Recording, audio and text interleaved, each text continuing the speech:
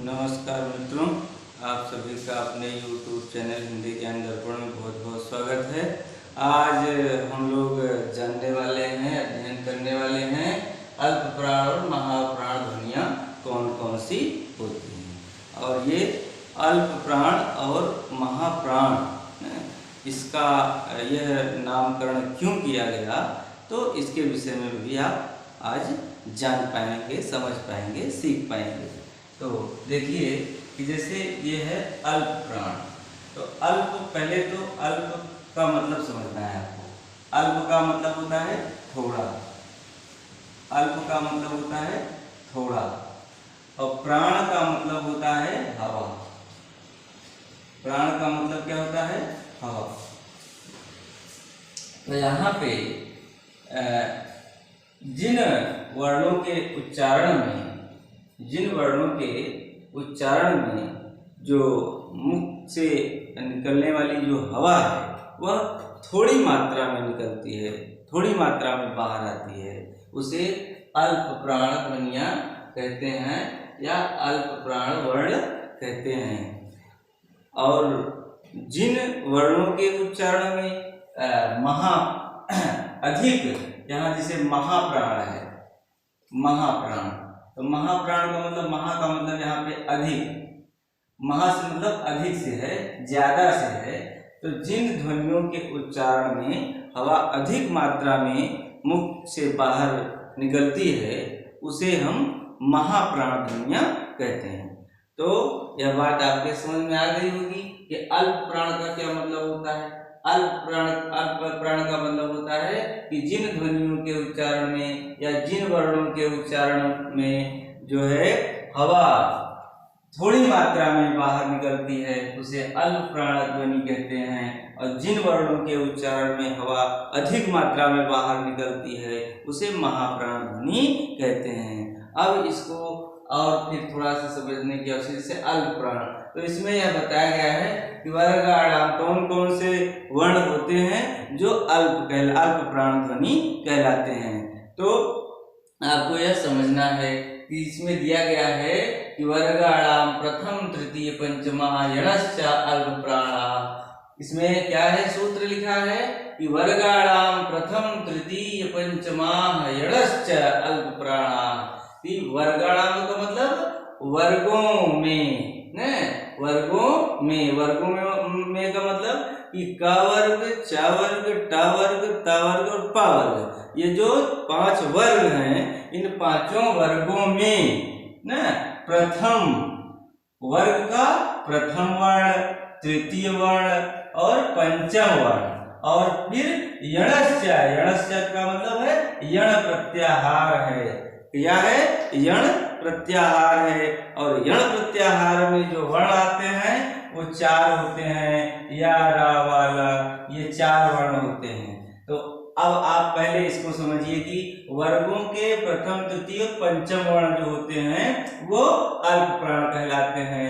तो पहला ये हो गया, फिर प्रथम, तृतीय, तीसरा ये हो गया, फिर पंचम ये हो गया। इस प्रकार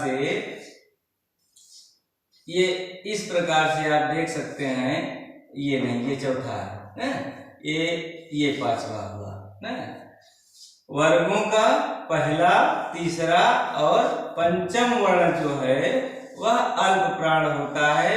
इनको उच्चारित करते समय, इनको बोलते समय हमें हमारे मुख से जो हवा निकलती है वह हल्की मात्रा में निकलती है, और इसको आप प्रयोग के आधार पर समझ सकते हैं, देख सकते हैं कि वास्तव में ऐसे होता है कि नहीं।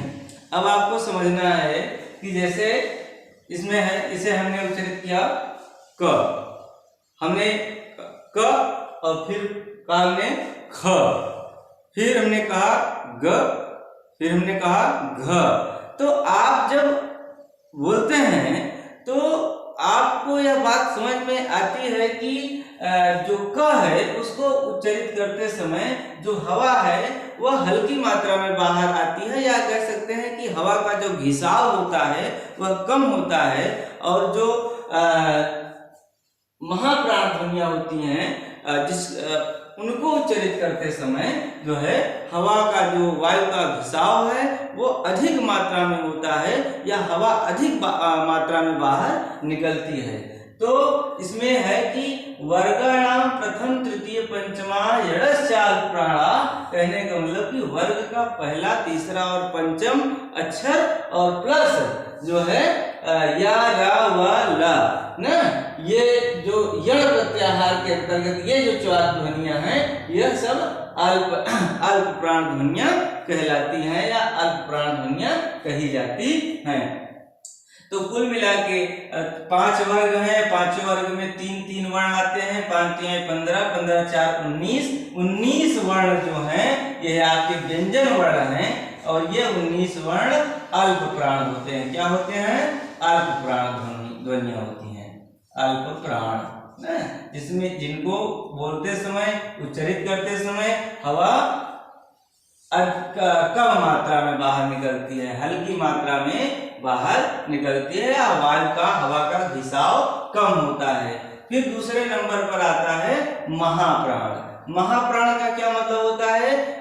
इसको हमने पहले बताया कि महाप्राण ध्वनियां वे होती हैं जिनके उच्चारण करते समय हवा अधिक मात्रा में बाहर निकलती है या हवा का वायु का घिसाव अधिक मात्रा में होता है।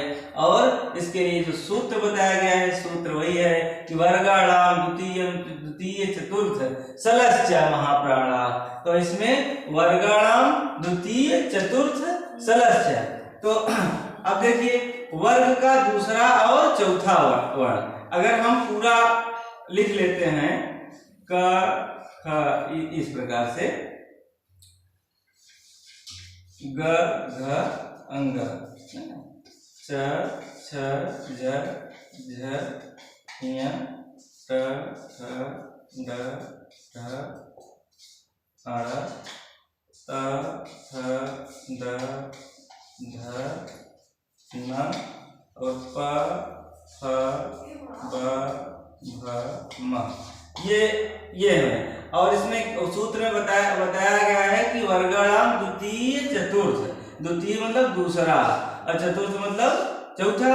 तो ये देखिए ये दूसरे और चौथे वर्ण जो है ये सब आप ये गोला कर दिया जा रहा है। तो ये जो है इसमें ख ख घ, दूसरे वर्ग में छ झ ठ ढ थ ध फ भ, इस प्रकार से ये कुल मिला के 5 दूनी 10 और सल, इसमें सल प्रत्याहार है। सल प्रत्याहार, सल का मतलब होता है स ख स ह, ये 4 ध्वनियां जो होती हैं वो सल कही जाती हैं, सल प्रत्याहार के अंतर्गत आती हैं। तो इनके उच्चारण करते समय जो है हवा का घिसाव अधिक होता है, जो है हवा अधिक मात्रा में बाहर निकलती है।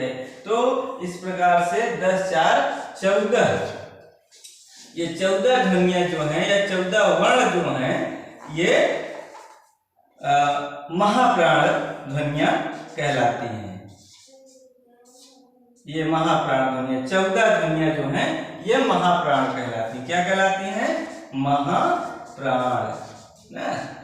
और प्राण का मतलब हवा और महा का मतलब अधिक मात्रा में, हवा अधिक मात्रा में बाहर निकलती है इसलिए इसे महाप्राण कहते हैं। अल्प प्राण जहाँ पे हवा कम मात्रा में बाहर निकलती है उसे अल्प प्राण कहते हैं। और बहुत सिंपल सी बात है, आप सूत्र को सिर्फ एक लाइन का सूत्र है, अगर इसको आप ध्यान में रखेंगे तो कभी भी यह आपको भूलेगा भी नहीं। और इसका किसी भी कंपटीशन परीक्षा में अगर इससे संबंधित कोई प्रश्न आता है तो आप बहुत ही सरलता के साथ इसका उत्तर दे पाएंगे, आपको किसी प्रकार की असुविधा नहीं होगी ना। तो इस हमको अब यह विश्वास है कि यह बात आपके समझ में जरूर आ गई होगी। फिर मिलेंगे नेक्स्ट वीडियो में इसी दूसरे विशेष टॉपिक के साथ। तब तक हमारे चैनल के साथ बने रहिए। आप हमारे चैनल को कमेंट करिए, लाइक करिए, सब्सक्राइब करिए और सपोर्ट करिए और वीडियो को देखते रहिए।